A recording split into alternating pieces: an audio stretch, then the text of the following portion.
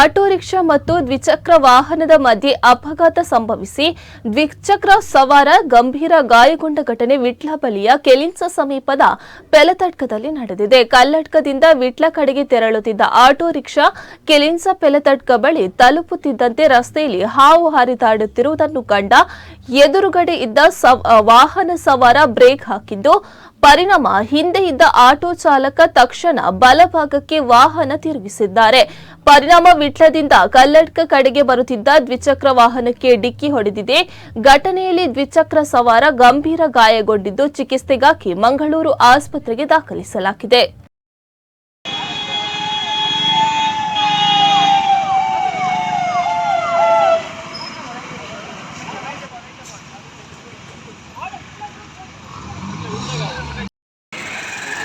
Poli.